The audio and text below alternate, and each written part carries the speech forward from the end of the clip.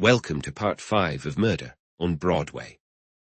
Visit brooksaudiobooks.com for an awesome collection of unique, full-length audiobooks.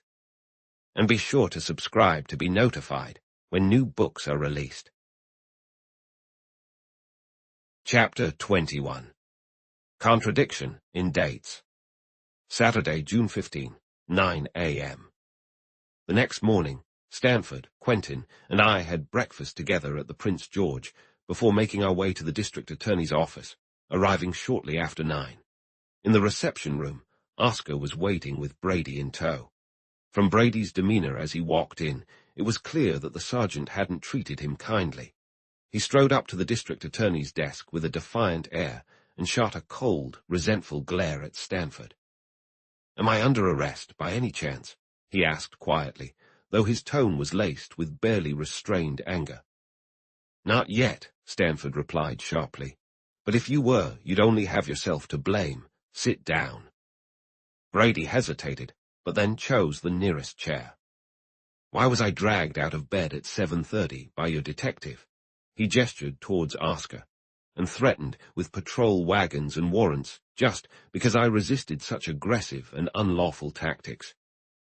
"You were only threatened with legal action if you refused my invitation to come here voluntarily.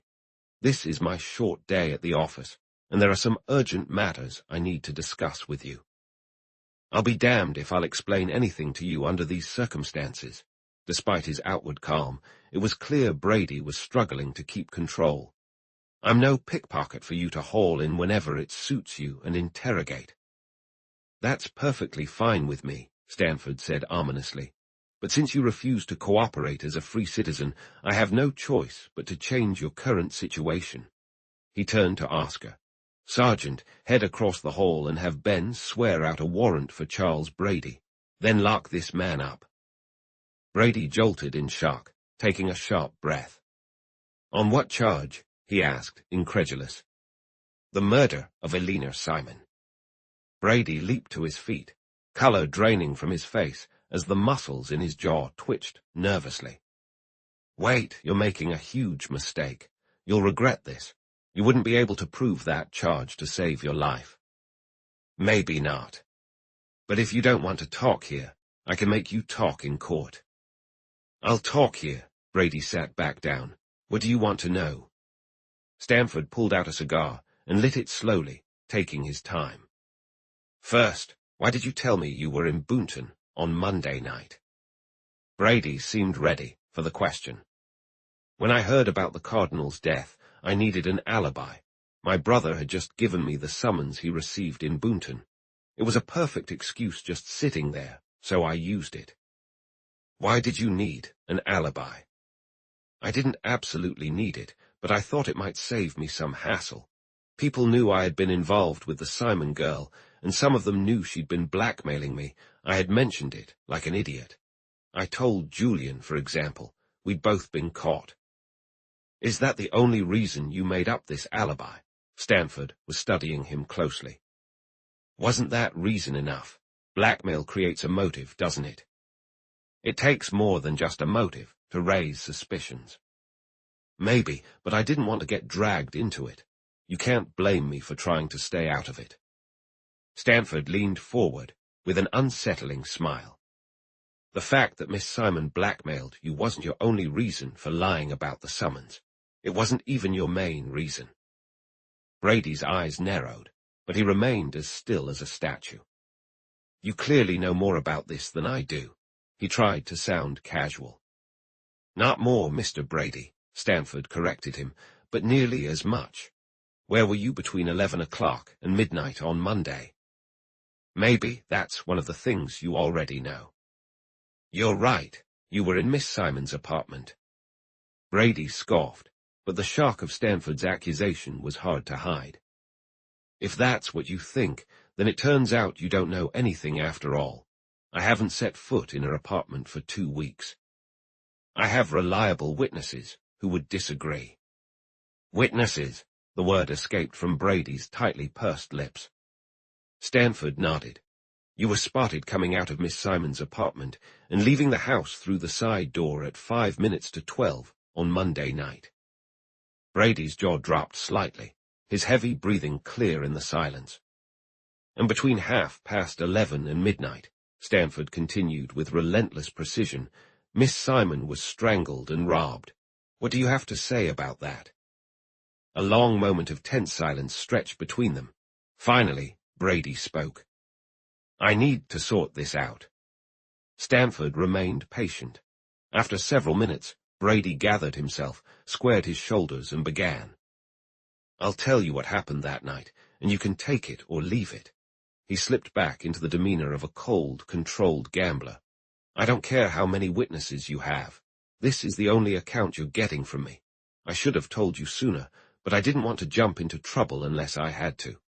You might have believed me last Tuesday, but now you've got something in your mind, and you want to make an arrest to quiet the newspapers.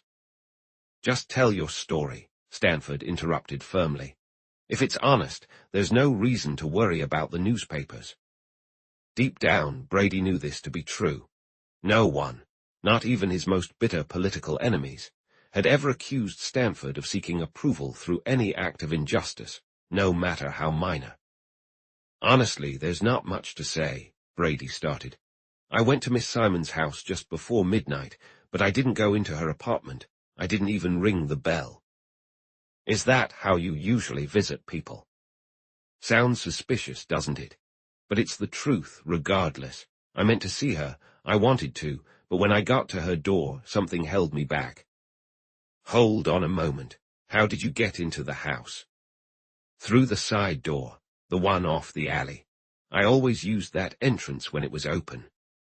Miss Simon asked me to do it, so the telephone operator wouldn't notice me coming in so frequently. And the door was unlocked that Monday night. How else could I have gotten in? A key wouldn't have helped me, even if I had one, because the door locks with a bolt from the inside. I'll admit, though, that's the first time I remember finding the door open at night. All right, you entered through the side entrance. Then what happened? I walked down the back hall and listened at Miss Simon's apartment door for a minute. I thought there might be someone else with her, and I didn't want to ring unless she was alone. Forgive my interruption, Mr. Brady, Quentin interjected, but what led you to believe someone else was there? The man paused. Was it, Quentin prompted, because you had called Miss Simon a little earlier and were answered by a man's voice? Brady slowly nodded. I don't see the point in denying it. Yes, that's the reason.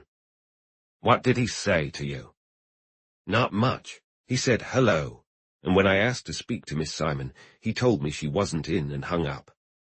Quentin turned to Stanford. That explains Harley's report of the short phone call to the Simon apartment at 20 minutes to 12. Probably, Stanford responded without much interest. He was focused on Brady's account of what happened next, picking up where Quentin had left off. You mentioned listening at the apartment door. What stopped you from ringing the bell? I heard a man's voice inside. Stanford straightened up. A man's voice, are you certain? That's what I said, Brady replied matter-of-factly. A man's voice, otherwise I would have rung the bell. Could you recognize the voice? Not really.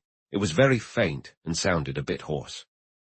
It wasn't a voice I recognized, but I would venture to say it was the same one that answered me over the phone. Could you make out anything that was said? Brady frowned and glanced past Stanford through the open window. I know how the words sounded, he said slowly. At the time, I didn't think much of them, but after reading the papers the next day, those words came back to me. What were the words? Stanford interrupted, clearly impatient. Well, as best as I can recall, they were, oh my God, repeated 2 or 3 times. His statement seemed to cast a sense of horror over the dreary old office, and the impact was all the more jarring due to the calm, almost indifferent way in which Brady repeated that cry of despair. After a brief moment, Stanford asked, When you heard this man's voice, what did you do? I quietly walked back down the rear hall and exited through the side door. Then I went home. A short silence followed. Brady's testimony was unexpected, yet it fit perfectly with Julian's statement. Eventually, Quentin pulled himself up from the depths of his chair. "Mr. Brady, what were you doing between 20 minutes to 12, when you called Miss Simon, and 5 minutes to 12, when you entered the side door of her apartment building?" "I was riding uptown on the subway from 23rd Street, he responded after a brief pause. "Strange, very strange." Quentin examined the tip of his cigarette. "So you couldn't have possibly called anyone during those 15 minutes, correct?" I suddenly remembered Alice Lafarce's claim that Brady had called her on Monday night at 10 minutes to 12. By asking his question, Quentin had created a sense of uncertainty in Brady's mind without revealing his own knowledge. Hesitant to commit himself too firmly, Brady opted for a sidestep. "Is it possible," he said, "that I could have called someone after leaving the subway at 72nd Street and before walking the block to Miss Simon's house?" "Indeed," Quentin replied, his tone thoughtful. "However, when you break it down, if you called Miss Simon at 20 minutes to 12, then took the subway to 72nd Street, walked a block to 71st, entered the building, listened at her door, and left at 5 minutes to 12, totaling just 15 minutes, you wouldn't have much time to make a stop and call anyone else. That said, I won't press the issue. But I would really like to know what you were doing between 11 o'clock and 20 minutes to 12, when you called Miss Simon." Brady narrowed his gaze at Quentin. "Honestly, I was feeling pretty upset that night. I knew Miss Simon was with another man. She'd cancelled our appointment, and I spent over an hour just wandering the streets, feeling angry." "Wandering the streets?" Quentin's eyebrows knit together. "Yes, that's exactly what I said," Brady snapped, then glanced over at Stanford, scrutinizing him closely. "You remember when I suggested to you that you should check in with Dr. Jensen? Did you ever follow up with him?" Before Stanford could reply, Quentin interjected. "Ah, that's it, Dr. Jensen, of course. So, Mr. Brady, you were just wandering the streets. The streets, mind you, exactly. You state that fact, and I reiterate the word streets. Now you, seemingly out of nowhere, mention Dr. Jensen. Why him? No one else has brought him up. But that word streets, that's the link. The streets in Dr. Jensen are connected, much like Paris and Springtime are connected. Quite clever. And now I've figured out another piece of the puzzle." Stanford and Oscar exchanged glances, bewildered as if Quentin had lost his mind. He calmly reached for a cigarette from his case and lit it. Then he flashed a charming smile at Brady. "The time has come, my good sir, for you to tell us when and where you encountered Dr. Jensen while wandering the streets on Monday night. If you don't, I swear, I might just end up telling it for you." A full minute passed before Brady answered. During that time, his icy stare remained fixed on the district attorney's face. "I've shared most of the story, so here's the rest." He let out a soft, humorless laugh. "I arrived at Miss Simon's house just before 11:30, thinking she might be home by then. That's when I bumped into Dr. Jensen standing at the entrance to the alleyway. He spoke to me and mentioned that someone was with Miss Simon in her apartment. After that, I headed around the corner to the Ansonia Hotel. About 10 minutes later, I called Miss Simon, and as I mentioned, a man answered. I waited another 10 minutes and then tried calling a friend of Miss Simon's to set up a gathering. But when that fell through, I walked back to her house. The doctor had vanished, so I went down the alley and through the side door.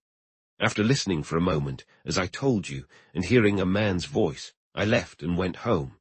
That's all there is to it." Just then, Donovan entered and whispered something to Oscar. The sergeant jumped up eagerly and followed the secretary out of the room. He returned almost immediately with a stuffed manila folder. Handing it to Stanford, he spoke in a hushed voice that was inaudible to the rest of us. Stanford looked both shocked and displeased. Waving the sergeant back to his seat, he turned to Brady. "I must ask you to wait in the reception room for a few moments. An urgent matter has just come up." Brady stepped out without a word, and Stanford opened the folder. "I don't like this kind of thing, Sergeant. I mentioned this yesterday when you brought it up." "I get it, sir." Oscar, I sensed, wasn't as remorseful as he sounded. But if those letters and everything else are in order, and Brady hasn't been lying about them, I'll have my guy put them back so no one will ever know they were taken. And if they do prove Brady to be a liar, then we have a solid reason for taking them." Stanford didn't contest this. With a flick of his hand showing his disdain, he began sorting through the letters, focusing particularly on their dates. He returned 2 photographs after a quick glance, and one piece of paper, which seemed to be a pen and ink sketch of some sort, he tore up in disgust and tossed into the waste-basket. I noticed he set 3 letters aside. After inspecting the rest for 5 minutes, he returned them to the folder. He then nodded to Oscar. "Bring Brady back." He got to his feet and, turning to the window, stared out. Once Brady was settled back in front of the desk, Stanford spoke without turning around. "You mentioned that it was last June when you bought your letters back from Miss Simon. Do you remember the date?" "Not exactly," Brady replied casually, "but it was early in the month, during the first week, I believe." Stanford pivoted abruptly, pointing at the 3 letters he had set apart. "Then how do you explain having compromising letters you wrote to Miss Simon from the Adirondacks in late July?" Brady maintained his calm demeanor. After a brief moment of stoic silence, he simply replied in a mild tone, "You must have obtained those letters legally." Stanford was taken aback, but his frustration with Brady's ongoing deceit was even greater. "I regret to inform you," he said, "that they were taken from your apartment, though I assure you it was against my orders. However, since they unexpectedly came into my possession, your best course of action now is to explain them." There was an empty document box in Miss Simon's apartment the morning her body was found, and it appeared to have been opened the previous Monday night. "I understand," Brady said, his laugh harsh and abrupt. "But to be honest, I don't expect you to believe me. I didn't pay Miss Simon her blackmail until the middle of August, about 3 weeks ago. That's when all my letters were returned to me. I said it was June to push back the timeline as much as I could. The longer ago it was, I thought, the less likely you would suspect me." Stanford hesitated, his fingers tracing the letters without conviction. It was Quentin who broke the silence. "I think, if I may suggest, that you do well to accept Mr. Brady's explanation and return his letters." After a brief pause, Stanford picked up the manila folder, slid the 3 letters back inside, and handed it to Brady.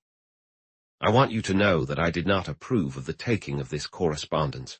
You should take it home and destroy it. I won't keep you any longer, but please make sure you can be reached if necessary." "I'm not planning to run away," Brady replied, and Oscar motioned for him to take the elevator. Chapter 22. Telephone Call. Saturday, June 15, 10 a.m. Oscar returned to the office, shaking his head in frustration. There must have been quite a gathering at Simon's Monday night. "Indeed," Quentin replied. "A late-night meeting of the ladies' admirers. Julian was definitely there. He saw Brady. Brady saw Jensen, and Jensen saw Trafford. Humph, but nobody spotted Porter." "The issue is," Stanford said, "we don't know how much of Brady's story holds up. By the way, Quentin, do you really think he bought those letters back in August?" "If only we knew. It's all so baffling, isn't it?" "Regardless," Oscar argued, "Brady's claim about calling Simon at 20 minutes to 12 and someone answering is backed up by Harley's testimony. I believe Brady did see Jensen that night, since he was the one who first alerted us about the doctor. He took a risk doing it, knowing the doctor might say he saw Brady." "But if Brady had a solid alibi," Quentin pointed out, "he could have just claimed the doctor was lying. However, whether you buy into Brady's gripping tale or not, trust me, there was someone else visiting the Simon apartment that night, aside from Porter." "That's fair enough," Oscar admitted reluctantly. "But even so, this other person is only useful to us as a potential source of evidence against Porter." "That may be the case, Sergeant." Stanford frowned, clearly puzzled. "Still, I'd like to understand how that side door was unbolted and then locked again from the inside. We know it was open around midnight, and that Julian and Brady both used it. "You're fretting over details," Quentin said dismissively. "The door issue will sort itself out once we figure out who was with Porter in the Cardinal's gilded cage. I'd say it comes down to Julian, Brady, and Jensen. They were the only three likely to have been there, and if we take Brady's story at face value, each of them had the chance to get into the apartment between 11:30 and midnight." "True. But you only have Brady's word that Jensen was in the area, and without any supporting evidence, that can't be taken as the absolute truth." Oscar suddenly stirred and glanced at the clock. "Hey, what about that nurse you wanted at 11? "I've been fretting about her for an hour now." Quentin looked genuinely troubled. "Honestly, I have no desire to meet her. I'm hoping for some sort of breakthrough, you see. Let's wait for the doctor until 10:30, Sergeant." He barely finished speaking when Donovan announced that Dr. Jensen had arrived with urgent news. It was quite an amusing situation. Stanford laughed out loud, while Oscar stared at Quentin in bewilderment. "It's not magic, Sergeant," Quentin said with a smile. "The doctor figured out yesterday that we were about to catch him in a lie, so he decided to come explain himself personally. Simple, right?" "Sure." Oscar's look of amazement vanished. As Dr. Jensen entered the room, I noticed that his usual composure was absent. He appeared both apologetic and anxious, clearly under significant stress. "I've come, sir," he said, sitting in the chair Stanford pointed to tell you the truth about Monday night." "The truth is always welcome, Doctor," Stanford encouraged him. Dr. Jensen nodded in agreement. "I sincerely regret not following this approach during our first meeting. At that time, I had not fully considered the situation, and once I'd made a full statement, I felt I had no choice but to stick to it. However, after giving it more thought, I've concluded that honesty is the better path. The fact is, sir, I was not with Mrs. Breed Monday night during the hours I specified. I stayed home until around 10:30, and then I went to Miss Simon's house, arriving a little before 11. I lingered outside on the street until 11:30, then made my way back home." "That's quite a simple account. It could use a great deal more detail," the inspector remarked. "I understand, sir, and I'm ready to provide it." Dr. Jensen paused, a pained expression crossing his pale face. His hands were clenched tightly. "I found out that Miss Simon was having dinner and then going to the theater with a man named Trafford, and the thought of it consumed me. He was the one who had turned her affections away from me, and it was his meddling that had pushed me to make that threat against her. As I sat at home that night, tormented by my thoughts, I felt an overwhelming urge to act on that threat. Why not end this unbearable situation once and for all? Why not include Trafford in this disaster?" As he spoke, his agitation deepened. The muscles around his eyes began to twitch, and his shoulders jerked as though he was struggling to suppress a shiver. "Keep in mind, sir, I was in torment, and my hatred for Trafford clouded my judgment. Barely aware of my actions, yet driven by a powerful determination, I slipped my gun into my pocket and rushed out of the house. I figured Miss Simon and Trafford would be returning from the theater shortly, and I intended to barge into their apartment and execute my plan. From across the street, I saw them enter the house around 11, but when I finally faced reality, I hesitated. I put my revenge on hold. I found myself toying with the thought, gaining a twisted sense of satisfaction, knowing they were now at my mercy." His hands shook with an involuntary tremor, and the twitches around his eyes intensified. "I waited for half an hour, relishing the moment. Just as I was about to go in and finish what I started, a man named Brady walked by and noticed me. He stopped to talk. I thought he might head over to see Miss Simon, so I mentioned that she already had a visitor. He continued on toward Broadway, and as I waited for him to turn the corner, Trafford emerged from the house and hopped into a taxicab that had just arrived. My plan was ruined. I had taken too long. It felt like I suddenly woke from a terrible nightmare. I was nearly overwhelmed, but I managed to make it home. That's what happened, I swear to you."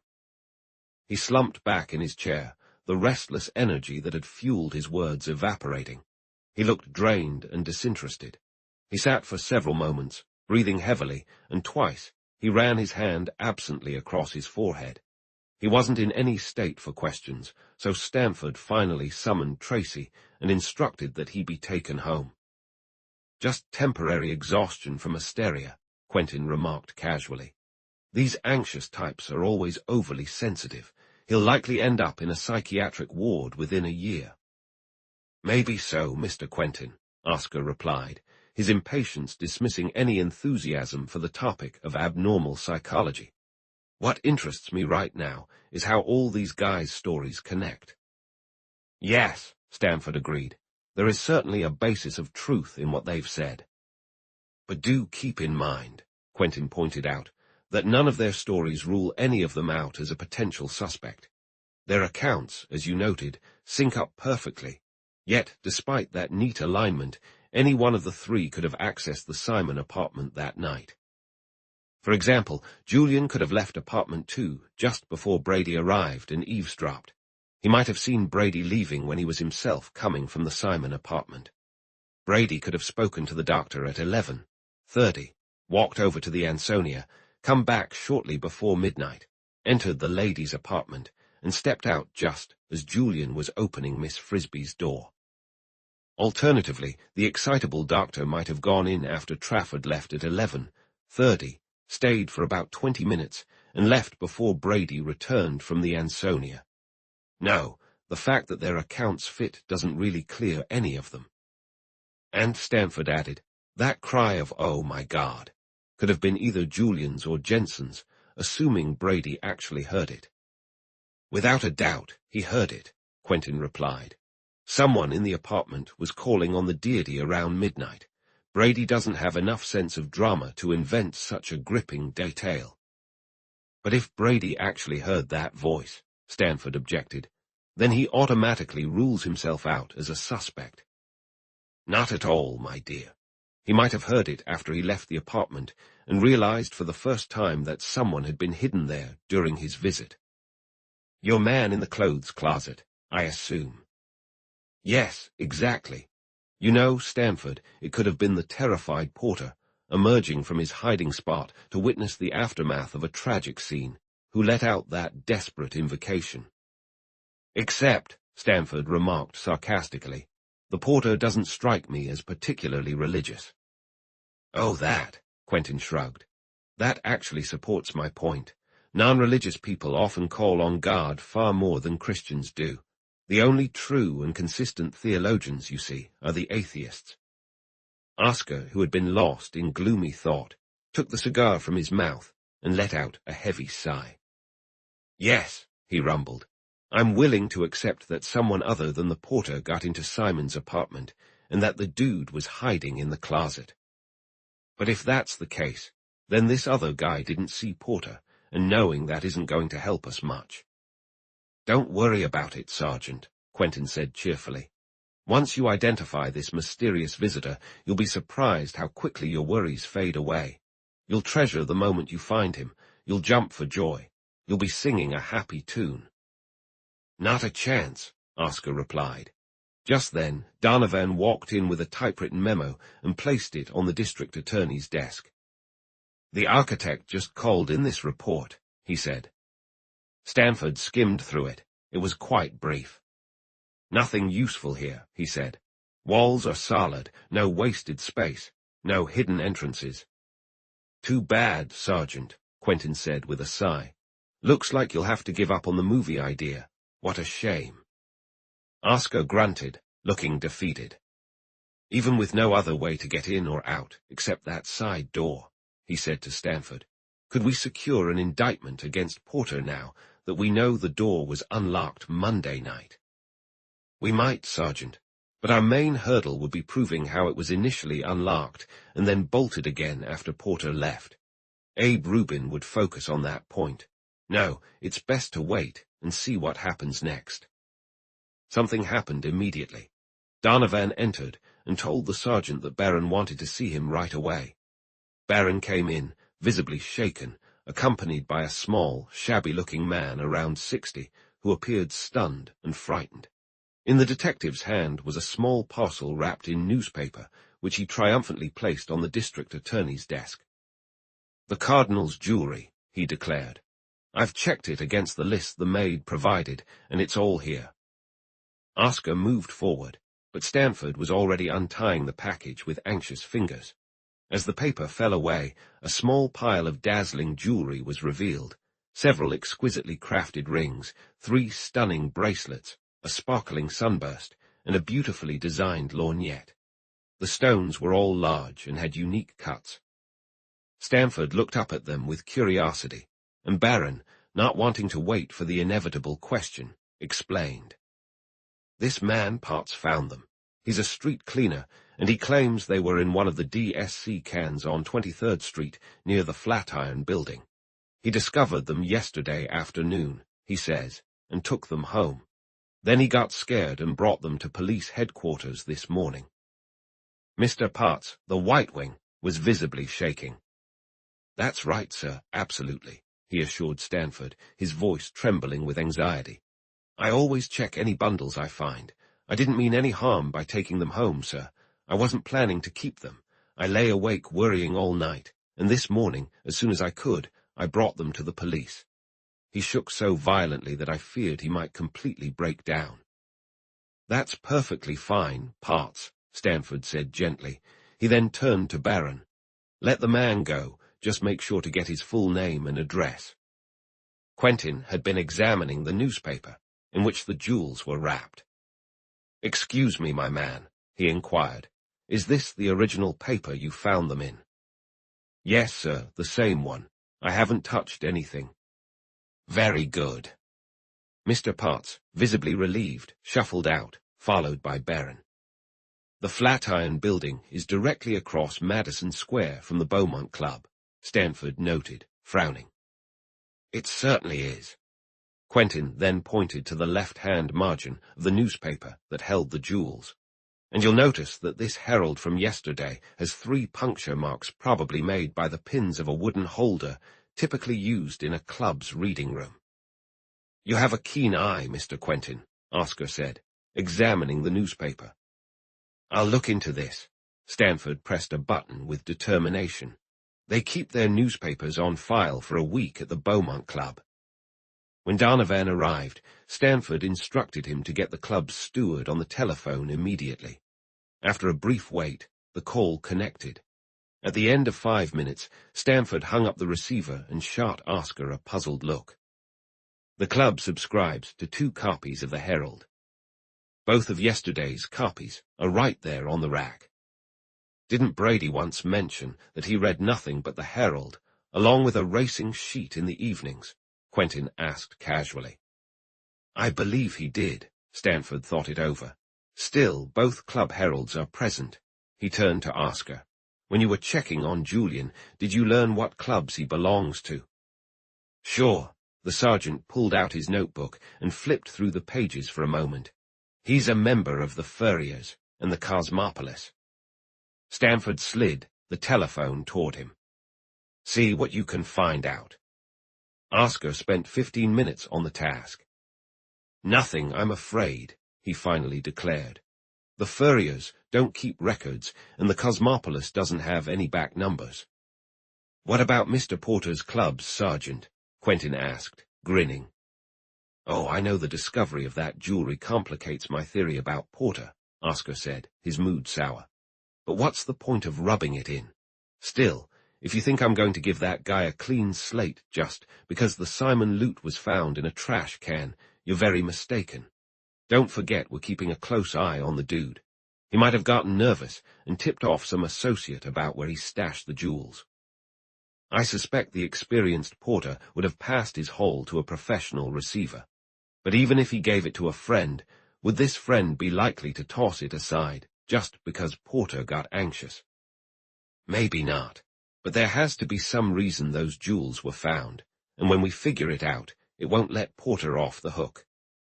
No, the explanation won't clear Porter, Quentin replied. But my word, how it will shift his standing. Oscar looked at him thoughtfully, a shrewd glint in his eye. Something in Quentin's tone had clearly piqued his interest, prompting him to wonder. Quentin had been right too many times in his assessments for the sergeant to dismiss his insights entirely. But before he could respond, Donovan stepped purposefully into the room, his eyes bright with urgency. "Chief, Tony Porter's on the line and wants to talk to you." Stanford, usually composed, gave a slight start. "Here, Sergeant," he said quickly. "Grab that extension phone on the table and listen in." He nodded briskly to Donovan, who quickly left to connect the call. Then he picked up the receiver of his own phone and spoke to Porter.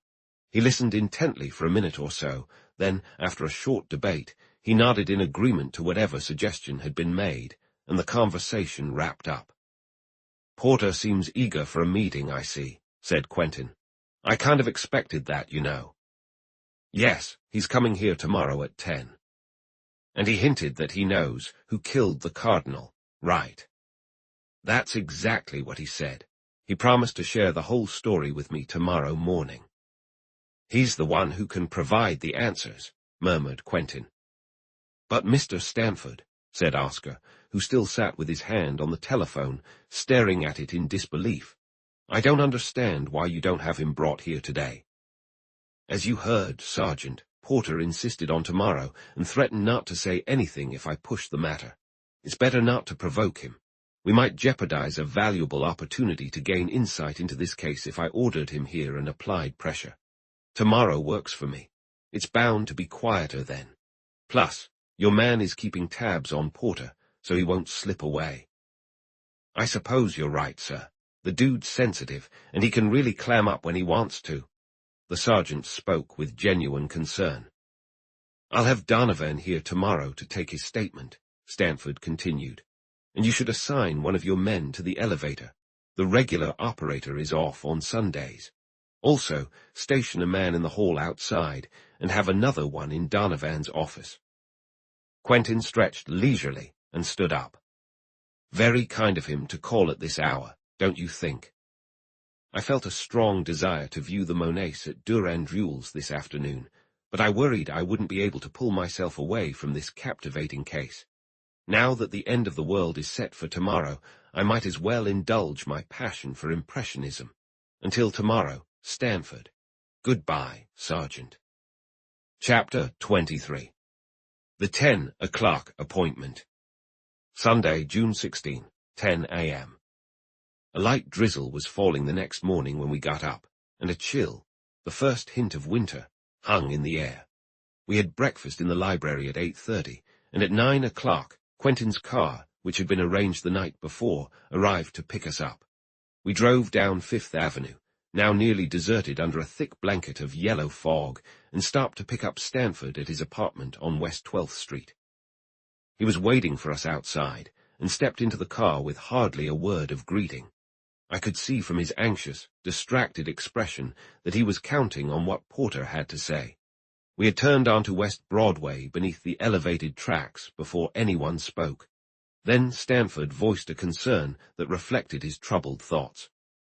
"I'm starting to wonder if this Porter really has any significant information for us.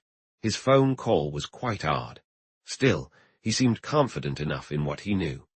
No theatrics, no request for protection.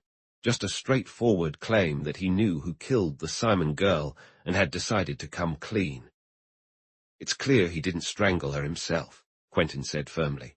"My theory, as you know, is that he was hiding in the closet when the whole thing went down, and I've always held on to the idea that he was aware of everything that was happening. The keyhole of that closet door lines up directly with the end of the Davenport, where the woman was strangled, and if a rival was involved while he was hiding there, it's not unreasonable to think he might have peeked out. Right. I questioned him about this, you remember, and he didn't take it well.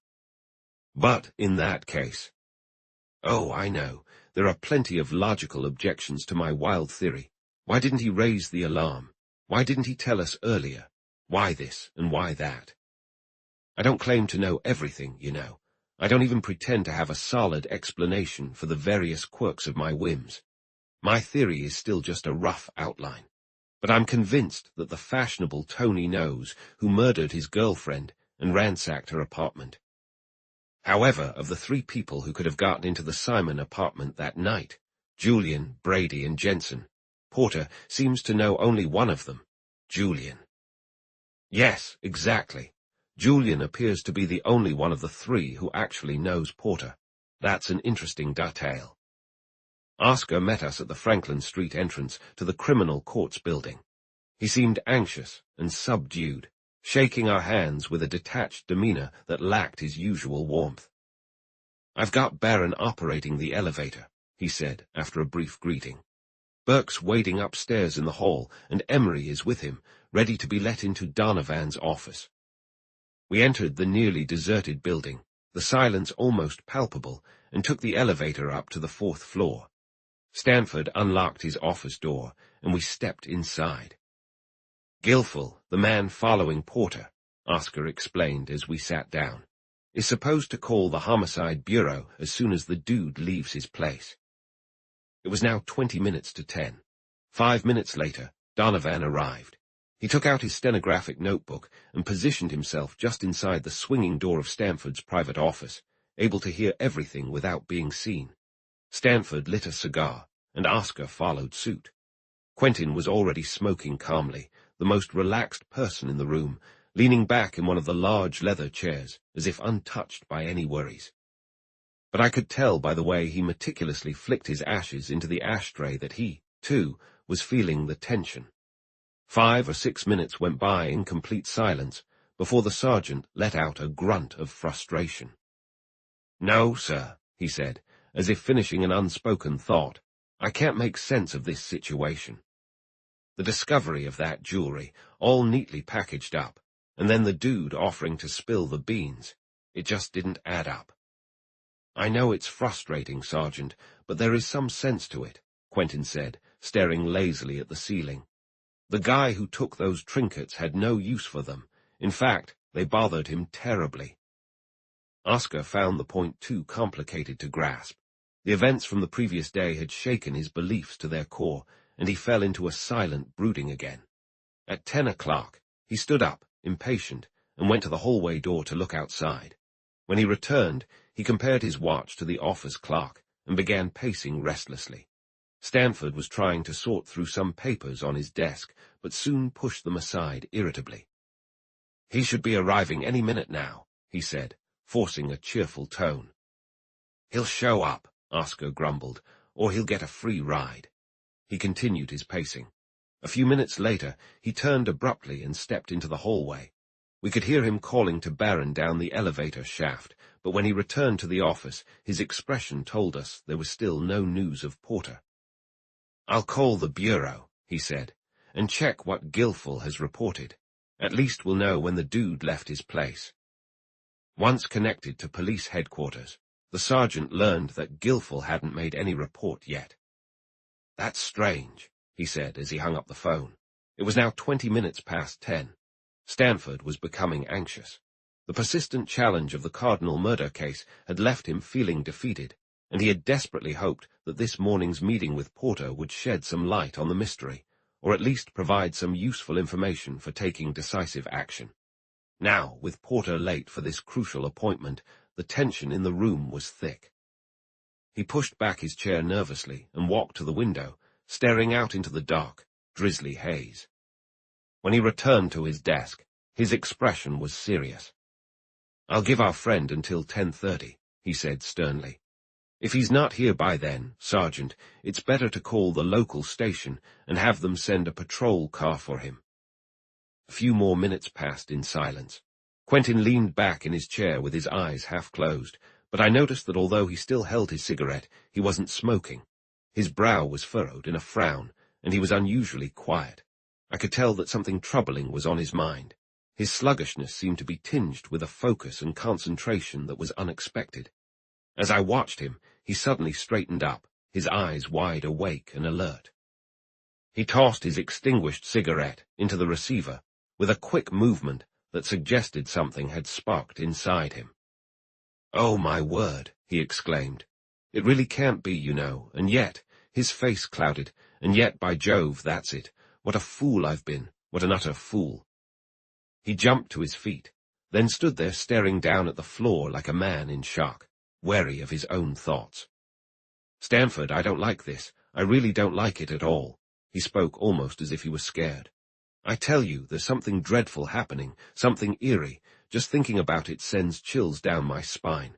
I must be getting old and sentimental," he added, trying to sound light-hearted, but the look in his eyes betrayed him. "Why didn't I see this coming yesterday? I let it go on." We all stared at him in astonishment. I had never seen him like this before, and considering how cynical and detached he usually was, so resistant to emotion and unaffected by external influences, his words and actions carried a compelling weight. After a moment, he shook himself slightly, as if to dispel the darkness that had settled over him, and stepping over to Stanford's desk, he leaned in, placing both hands down. "Don't you see?" he asked. "Porter not coming. There's no point in waiting, no reason for us to have come here in the first place. We need to go see him. He's waiting for us. Hurry up and grab your hat." Stanford stood up, and Quentin took hold of his arm with determination. "You don't need to argue," he insisted. "You'll face him eventually, so you might as well do it now, don't you think? Goodness, what a situation." He guided Stanford, who seemed surprised and only mildly reluctant, to the center of the room, then waved to Oscar with his free hand. "You too, Sergeant. I apologize for the trouble. This is on me. I should have anticipated this. It's a shame. My thoughts were all on Monet's yesterday afternoon. Do you know where Porter lives?" Oscar nodded absently, caught in the pull of Quentin's intense urgency. "Then let's not waste time. Oh, and Sergeant, it would be wise to bring Burke or Barron with you. They won't be needed here. There's no one left here for the rest of the day." Oscar glanced at Stanford for guidance. His confusion left him momentarily speechless. Stanford nodded in agreement with Quentin's plan, and without saying a word, slipped into his raincoat. A few minutes later, the four of us, along with Barron, got into Quentin's car and headed uptown. Donovan had gone home, the office was locked up, and Burke and Emery had gone to the Homicide Bureau to wait for further orders. Porter lived on 35th Street, near the East River, in a shabby but once stately house that had belonged to an old, respectable family. Now it reeked of neglect and decay. Debris cluttered the entryway, and a sizable sign announcing rooms for rent hung in one of the ground-floor windows.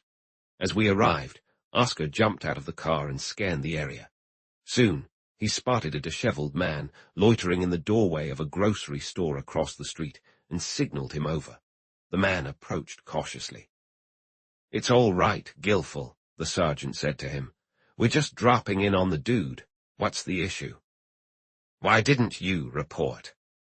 Guilful seemed taken aback. "I was told to call in when he left the house, sir, but he hasn't left yet. Mallory followed him home last night around 10, and I took over from Mallory at 9 this morning. The guy's still inside." "Of course, he's still inside, Sergeant," Quentin replied, sounding a bit impatient. "Where's his room?" Oscar asked. "Second floor, at the back." "Got it, we're going in. Stand by."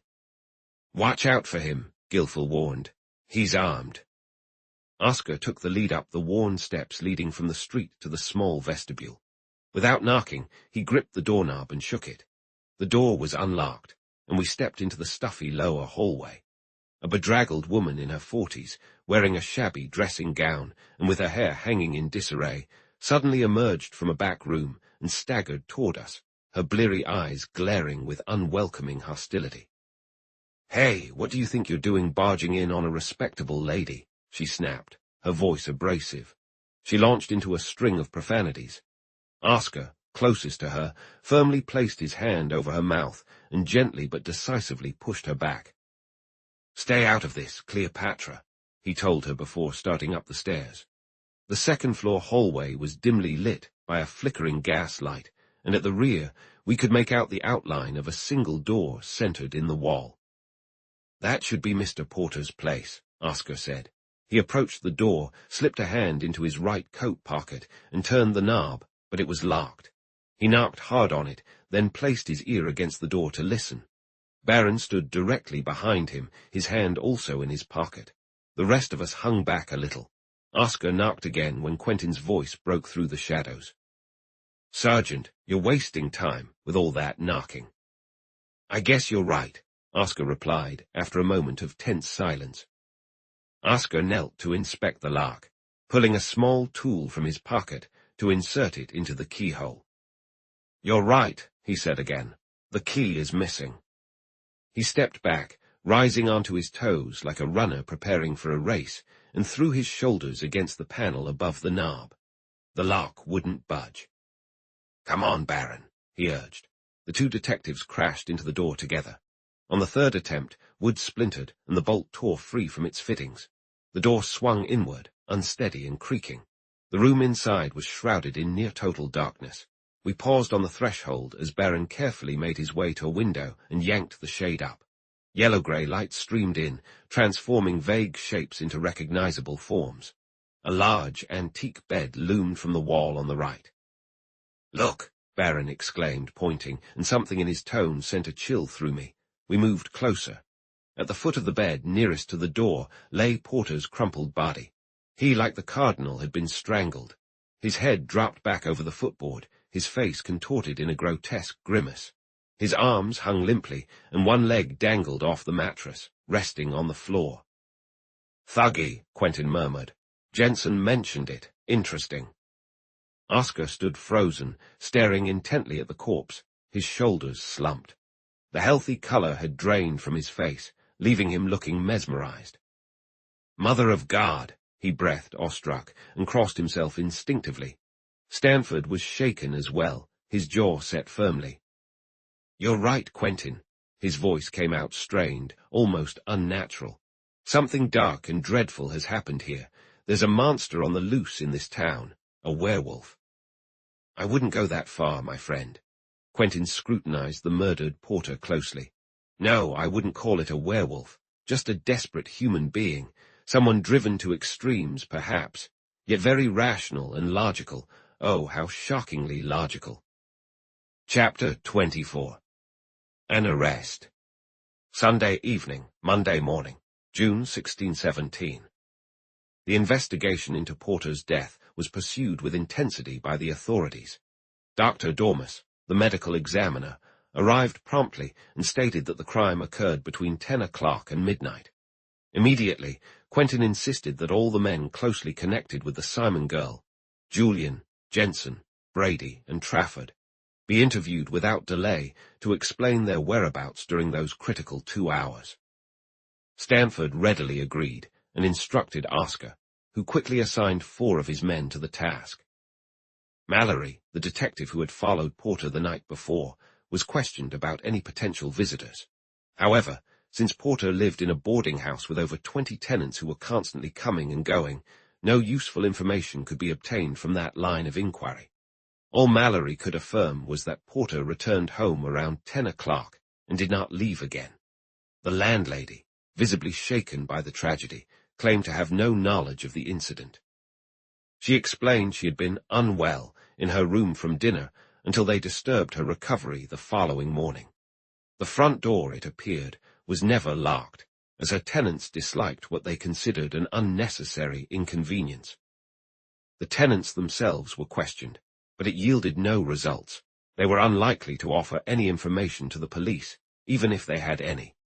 The fingerprint experts conducted a thorough examination of the room, but found only Porter's prints. A detailed search of the murdered man's belongings took several hours, yet nothing was discovered to reveal the identity of the murderer. A .38 Colt automatic, fully loaded, was found beneath one of the pillows on the bed, and $1,100 in large bills were retrieved from a hollow brass curtain rod. Additionally, under a loose floorboard in the hall, they found the missing steel chisel, which had a crack in the blade. But those findings were of little use in solving the mystery of Porter's death. By 4 o'clock that afternoon, the room was secured with an emergency padlock and placed under guard. Stanford, Quentin, and I had stayed several hours after we discovered the body. Stanford took charge of the case right away and began interviewing the tenants. Quentin observed the police's actions with unusual focus and even participated in the search himself. He seemed particularly intrigued by Porter's evening clothes, scrutinizing them piece by piece. Oscar glanced at him occasionally, but there was no hint of disdain or amusement in the sergeant's eyes. At 2:30, Stanford left, informing Oscar that he would be at the Beaumont Club for the rest of the day, and Quentin and I accompanied him. We ended up having a late lunch in the quiet grill. "This Porter incident really shakes the foundations of everything we thought," Stanford remarked glumly as our coffee arrived. "Oh, no, not quite," Quentin replied. "Let's instead say it has added a new dimension to my shaky theory." "Your theory, yes. It's about all we have left to work with," Stanford sighed. "This morning certainly gave it some backing. It's remarkable how you predicted that something was off when Porter didn't show up." Once again, Quentin disagreed. "You're giving me too much credit for my little blip in forensic reasoning, dear Stanford. You see, I assumed the lady's attacker was aware of Porter's offer to you. That offer was likely some sort of threat from Porter. Otherwise, he wouldn't have scheduled the appointment a day in advance. He probably figured the victim of his threat would be more agreeable by then. And that money hidden in the curtain rod makes me think he was blackmailing the Cardinal's murderer and had just been refused further payment before he called you yesterday. That would also explain why he kept his knowledge to himself all this time. You might be onto something. But now we're worse off than ever since we don't even have Porter to guide us. At least we've pushed our slippery suspect into committing another crime to cover up the first, you know.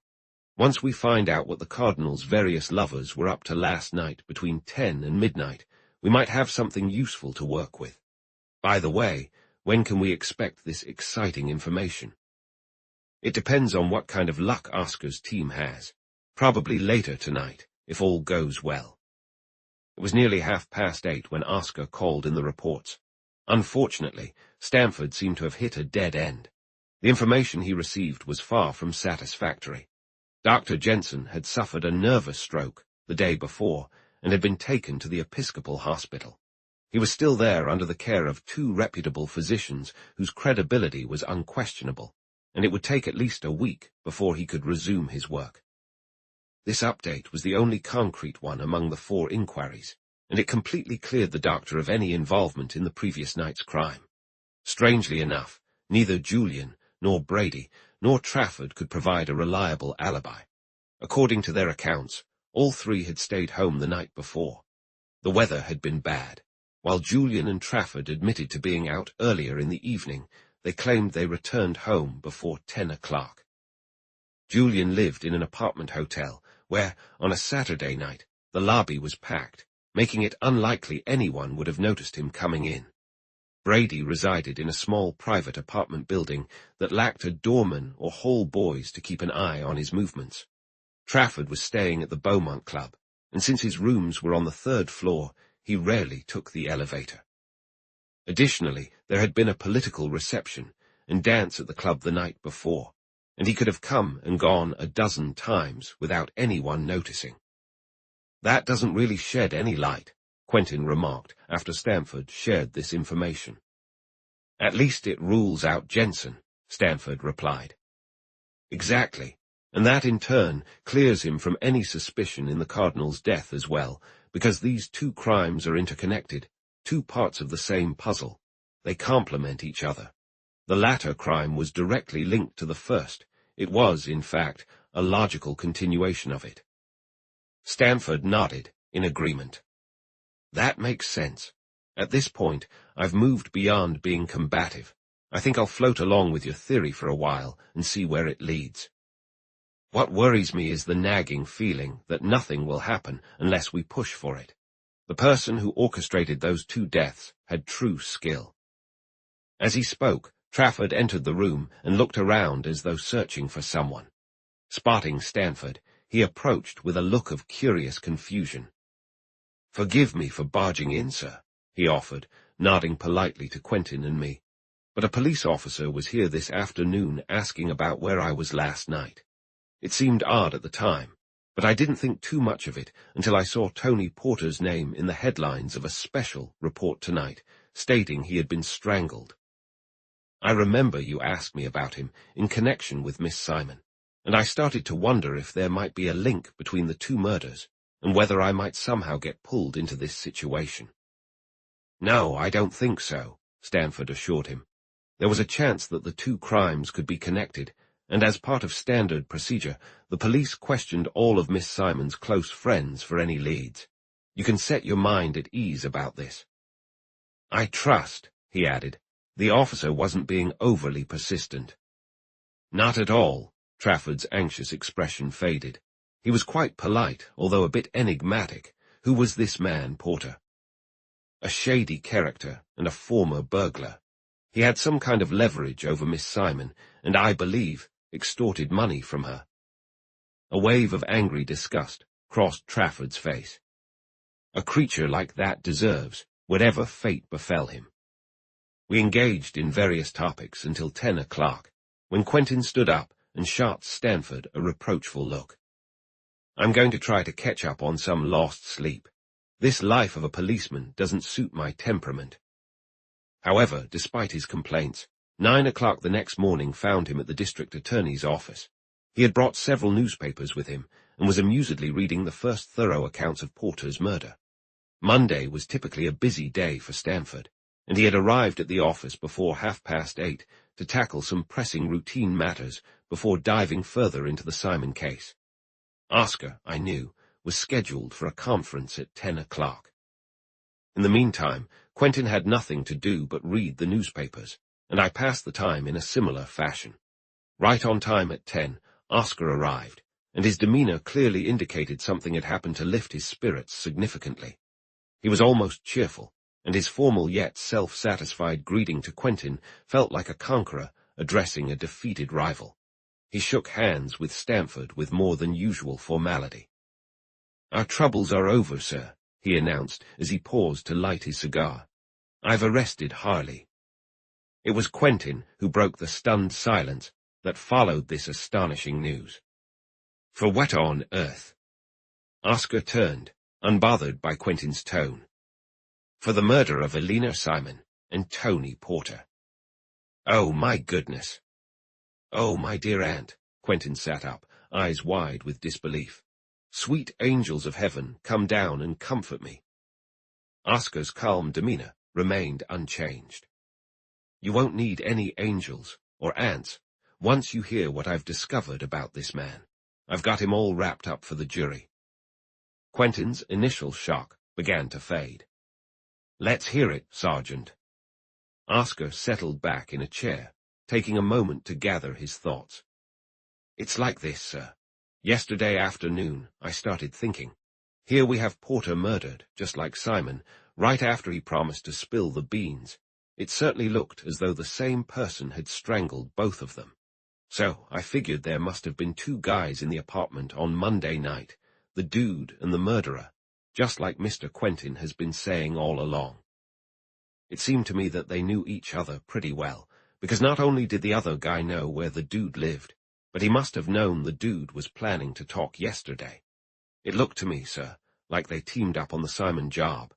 That's why the dude hesitated to talk in the first place. But after the other guy lost his nerve and ditched the jewelry, Porter decided to play it safe by turning state's evidence, so he called you." The sergeant took a moment to smoke. "I never had much faith in Julian, Brady, or the Doc. They weren't the type to pull a job like that, and they definitely wouldn't associate with a criminal like Porter. So I set all three of them aside and began searching for a more likely suspect, someone who could have been Porter's accomplice. But first, I tried to make sense of the physical obstacles in the case, the issues we faced in piecing together what happened." He paused again. "Now, the thing that's been troubling us the most is that side door. How did it get unbolted after 6 o'clock? And who locked it again after the crime? Porter must have come in through that door before 11, because he was in the apartment when Trafford and Simon returned from the theater. He probably left through it after Brady arrived at around midnight. But that still didn't explain how it was bolted again from the inside. I thought about this for a long time yesterday, and then I went up to the house to take another look at the door. Young Spively was running the switchboard, so I asked him where Harley was, since I wanted to ask him a few questions. Spively told me that Harley had quit his job the day before, Saturday afternoon. I paused, letting that information settle. I was heading downtown when the thought struck me. Suddenly, it all made sense. The entire case came together. Mr. Stanford, nobody, but Harley could have opened that side door and locked it again, nobody. Think it through, sir. I bet you've already figured it out. Porter couldn't have done it, and there was no one else around. Stanford leaned forward, intrigued. Once the idea hit me, I decided to take a risk. I got off the subway at Penn Station and called Spively for Harley's address. Then I got my first piece of good news. Harley lived on 2nd Avenue, just around the corner from Porter. I grabbed a couple of officers from the local station and headed to his place. We found him packing his belongings, getting ready to leave for Detroit. We arrested him, and I took his fingerprints to send to Dubois. I figured I might get a lead that way, because criminals typically don't start with a job as big as the Cardinal heist. I couldn't help but grin with satisfaction. Well, sir, Dubois tracked him down. His name is Harley at all. The first name, William, is correct, but his real last name is Benton. He was convicted of assault and battery in Oakland in 1909 and served a year in San Quentin while Porter was a prisoner there. He was also caught as a lookout in a bank robbery in Brooklyn in 1914, though he never went to trial. That's how we ended up with his fingerprints on file. When we interrogated him last night, he claimed he changed his name after the Brooklyn incident and enlisted in the army. That's all we managed to get out of him, but we didn't need any more. Here are the facts. Harley has a history of assault and battery. He was involved in a bank robbery. Porter was an inmate alongside him. He has no alibi for Saturday night when Porter was killed, and he lives just around the corner. He abruptly quit his job Saturday afternoon. He's muscular and strong enough to have committed the crime. He was plotting his escape when we caught him. And he's the only one who could have unbolted and rebolted that side door Monday night. Is this a solid case or not, Mr. Stanford? Stanford sat in silence for several moments, deep in thought. It's a solid case as far as it goes, he said slowly. But what would his motive be for strangling the girl? That's simple. Mr. Quentin here brought it up on the first day. You remember he asked Harley about his feelings for Simon, and Harley turned red and got anxious. Oh, great, Quentin exclaimed. Am I supposed to be held responsible for this absurdity? It's true, I poked into the guy's feelings for the lady, but that was before anything had come to light. I was just being cautious, trying to explore every possibility as it came up. Well, your question turned out to be quite fortuitous anyway. Oscar turned back to Stanford.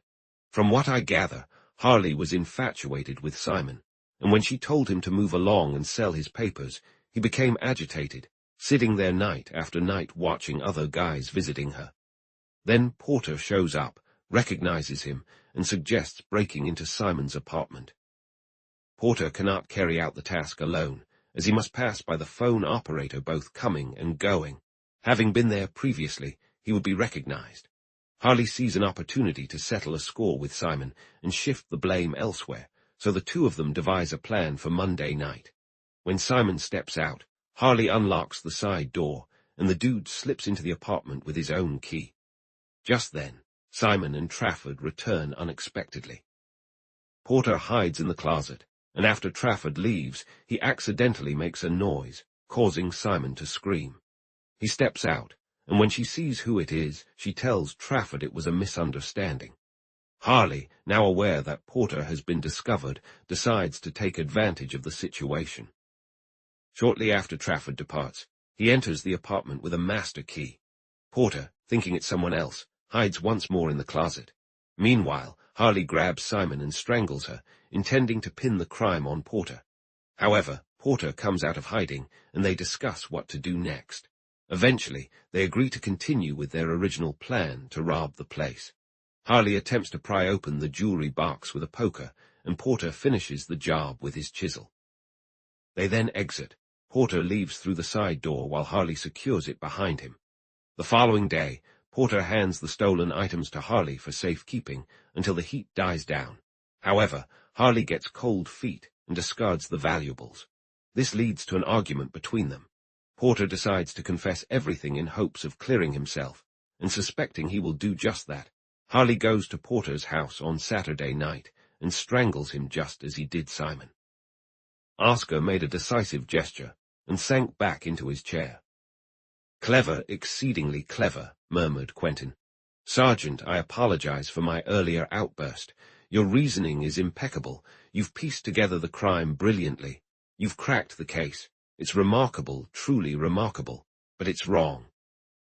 Harley to the chair. "That's the frustrating part about logic," Quentin said. "It often leads one to a completely wrong conclusion." He stood up and paced across the room, his hands tucked into his coat pockets. When he reached Oscar, he stopped. "Listen, Sergeant. If someone else managed to unlock that side door and then bolted it shut again after the crime, you'd have to admit that it would undermine your case against Harley, wouldn't you?" Oscar was feeling accommodating. "Sure, show me someone else who could have done that, and I'll consider that I might be mistaken." "The porter could have done it, Sergeant, and he did, without anyone noticing." "The porter? This isn't the age of miracles, Mr. Quentin." Quentin turned to face Stanford. "Listen, I'm telling you that Harley is innocent. His conviction surprised me, and I'm going to prove it to you somehow. My theory is nearly complete. It just has a couple of small gaps, and I'll admit I still can't name the actual culprit. But my theory is sound, Stanford, and it completely contradicts the sergeant's. Therefore, you need to give me the chance to prove it before taking further action against Harley. I can't do it here, so you and Oscar need to come with me to the Simon house. It won't take more than an hour. Even if it took a week, you'd still have to follow." He stepped closer to the desk. "I know it was the porter, not Harley, who unbolted that door before the crime and locked it again afterward." Stanford looked impressed. "You're sure about this? You know it for a fact?" "Yes, and I know exactly how he did it." Chapter 25. Quentin demonstrates. Monday, June 17, 11:30 a.m. Half an hour later, we stepped into the small apartment building on 71st Street. Even though Oscar's case against Harley seemed convincing, Stanford still felt uneasy about the arrest, and Quentin's behavior had only deepened his uncertainty. The strongest piece of evidence against Harley revolved around the locking and unlocking of the side door. When Quentin confidently claimed he could show how Porter might have managed to enter and exit on his own, Stanford, though not entirely persuaded, agreed to go with him. Oscar, though somewhat condescending, was intrigued and agreed to come along as well. Spively, looking sharp in his chocolate-brown suit, was at the switchboard, watching us with concern. But when Quentin suggested he take a 10-minute walk around the block, Spively visibly relaxed and promptly did as he was told. The officer stationed outside the Simon apartment approached and saluted. "How's it going?" Oscar asked. "Anyone visit?" "Just one, an upper-class gentleman who claimed he knew the Cardinal and wanted to see the apartment. I told him he needed to get permission from you or the district attorney." "That was the right call, officer," Stanford replied, then turned to Quentin. "Probably Trafford, poor guy." "Exactly," Quentin murmured. "So persistent, rosemary and all that, touching." Oscar instructed the officer to take a 30-minute stroll. We were finally alone.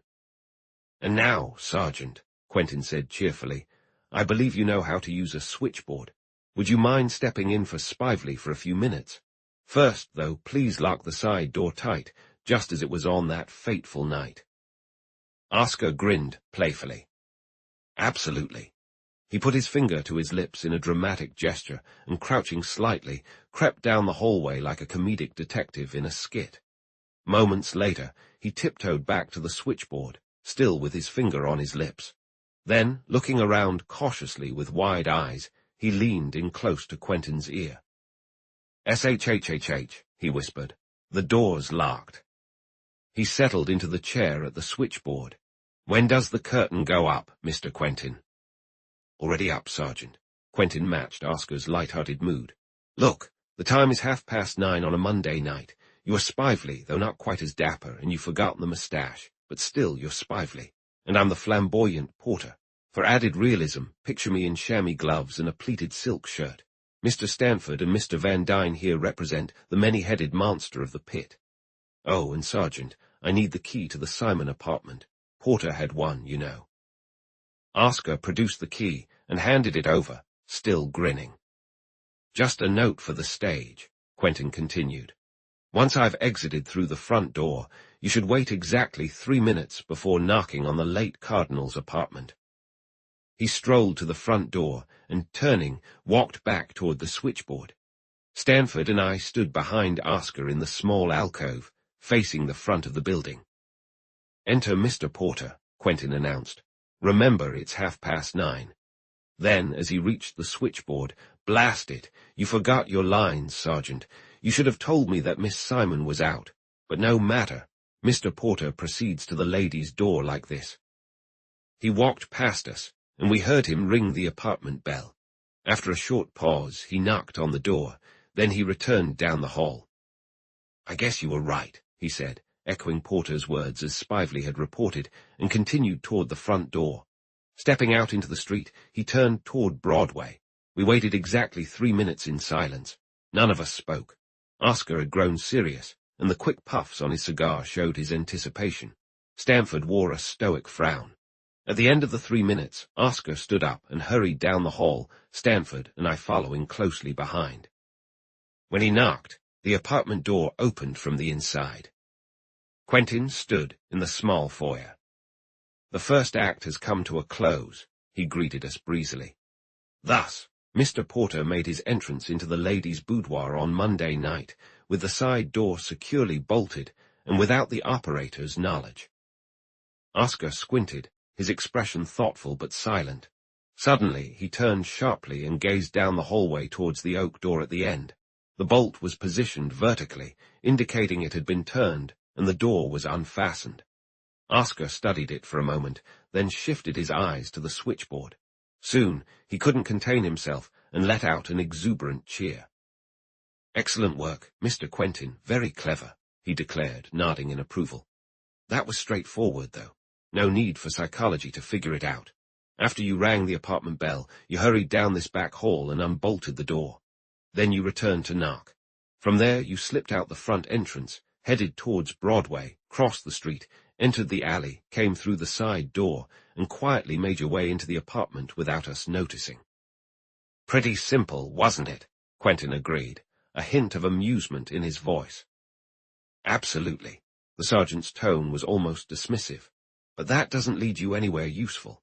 Anyone could have connected those dots if that had been the only issue related to the events of Monday night. However, it's the matter of that side door being bolted again after Porter left that's been puzzling me. Porter might have, mind you, entered just as you did. But he couldn't have exited that way, because the door was still bolted the following morning. If someone was here to bolt the door after him, that same person could have unbolted it for him earlier, without him needing to make that 10-foot dash down the back hall to unbolt it himself at 9:30. I don't see how your little play helps Harley at all. Oh, the play isn't finished yet, Quentin replied. The next act is about to begin. Oscar raised his eyebrows sharply. Really? And you're going to show us how Porter got out and locked the door from the inside without Harley's help? That is exactly my plan, Sergeant. Oscar opened his mouth as if to respond, but thought better of it. Instead, he shrugged and shot Stanford a sly look.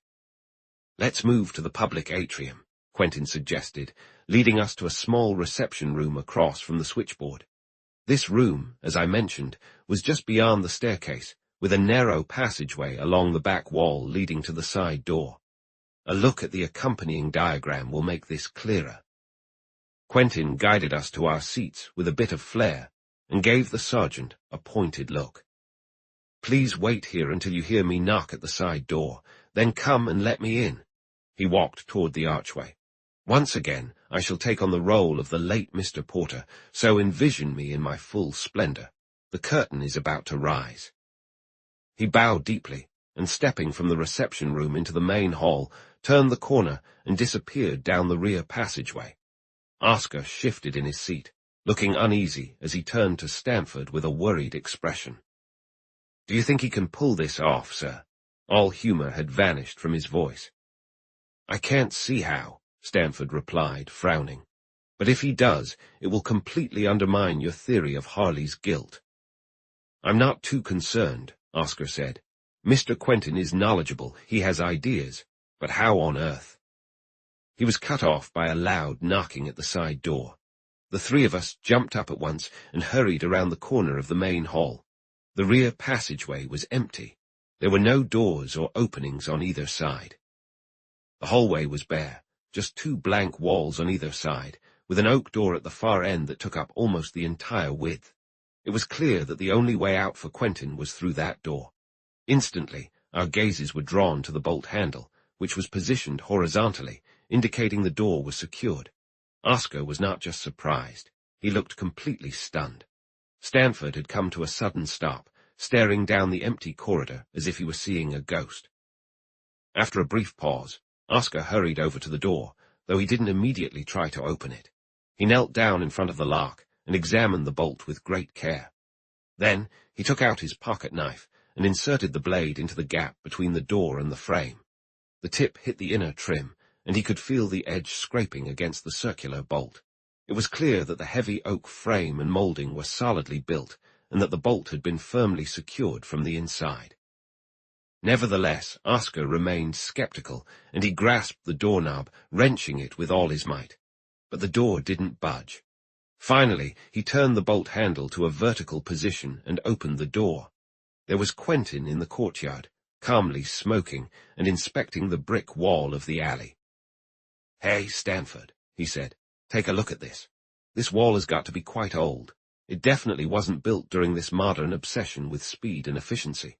The mason who put it up clearly appreciated beauty. It features bricks laid in Flemish bond rather than the running or stretcher bond favored in our fast-paced time. And up there a bit," he gestured toward the backyard, "is a rowlock and checkerboard pattern. Very tidy and quite attractive, more charming even than the trendy English cross bond. And check out those mortar joints, V-tooled, no less. Can you believe it?" Stanford, clearly irritated, replied, "For heaven's sake, Quentin, I'm not here to talk about brick walls. What I want to know is how you managed to get out here and leave the door locked from the inside." "Oh, that," Quentin crushed his cigarette and stepped back inside the building. "I just used a little clever trick. It's very simple, really, like all truly effective devices. Oh, so simple it's almost embarrassing. Just watch." He pulled a tiny pair of tweezers from his pocket, with a piece of purple twine tied to the end, about 4 feet long. He positioned the tweezers over the vertical bolt handle, angled them slightly to the left, and ran the twine under the door so that about a foot of it stuck out over the threshold. Stepping into the courtyard, he closed the door. The tweezers held the bolt handle tightly, and the string extended straight down, disappearing under the door. The three of us stood there, captivated, observing the bolt. Gradually, the string tightened as Quentin gently tugged on the loose end outside. Then, with a steady pull, the downward force began to turn the bolt handle. When the bolt slid back and the handle was horizontal, the string gave a slight jerk. The tweezers came free from the bolt handle and dropped silently onto the carpeted floor. As the string was pulled from outside, the tweezers disappeared beneath the crack between the bottom of the door and the sill. "Child's play, isn't it?" Quentin remarked when Oscar let him back in. "Rather silly, isn't it? Yet, Sergeant, that's how the late Tony managed to leave this place last Monday night. Now let's head to the lady's apartment, and I'll share a story. I see that Mr. Spively has returned from his walk, so he can get back to his phone duties and leave us free for a little chat." "When did you come up with that trick, using tweezers and string?" Stanford asked irritably as we settled into the Simon living room. "I didn't come up with it at all, you know," Quentin replied nonchalantly, picking out a cigarette with frustrating care. "It was Mr. Porter's idea. Clever fellow, isn't he?" "Come on," Stanford's calm demeanor finally cracked. "How on earth can you know that Porter used this method to lock himself out?" I found the little contraption in his evening clothes yesterday morning." "What?" Oscar exclaimed, eyes narrowing. "You took that from Porter's room during the search, without saying a word?" "Oh, only after your thorough searchers had missed it. In fact, I didn't even bother with his clothes, until your experienced crew had gone through them and locked the wardrobe door again. You see, Sergeant, this little gadget was tucked away in one of the pockets of Porter's dress waistcoat, right under his silver cigarette case. I must admit, I examined his evening suit quite fondly. He wore it the night the lady passed away, and I thought there might be some hint of his involvement in what happened. When I discovered these tweezers, I had no idea of their significance, and the purple string attached to them puzzled me to no end. It was clear Mr. Porter didn't pluck his eyebrows, and even if he did, what was with the string? The tweezers were a delicate gold item, exactly the kind that the enchanting Eleanor might have used. Last Tuesday morning, I noticed a small lacquer tray filled with similar grooming tools on her dressing table next to the jewel case. But that wasn't all. He gestured toward the small vellum wastebasket beside the writing desk, where a large, crumpled piece of heavy paper lay. I also spotted that discarded wrapping paper, marked with the name of a well-known Fifth Avenue novelty shop. This morning, on my way downtown, I stopped by the shop and found out that they routinely tie their packages with purple twine. So I concluded that Porter must have taken the tweezers and the twine from this apartment during his visit that fateful night. Now, the question was, why would he spend his time tying strings to eyebrow tweezers? I confess, with a bit of modesty, I couldn't come up with an answer.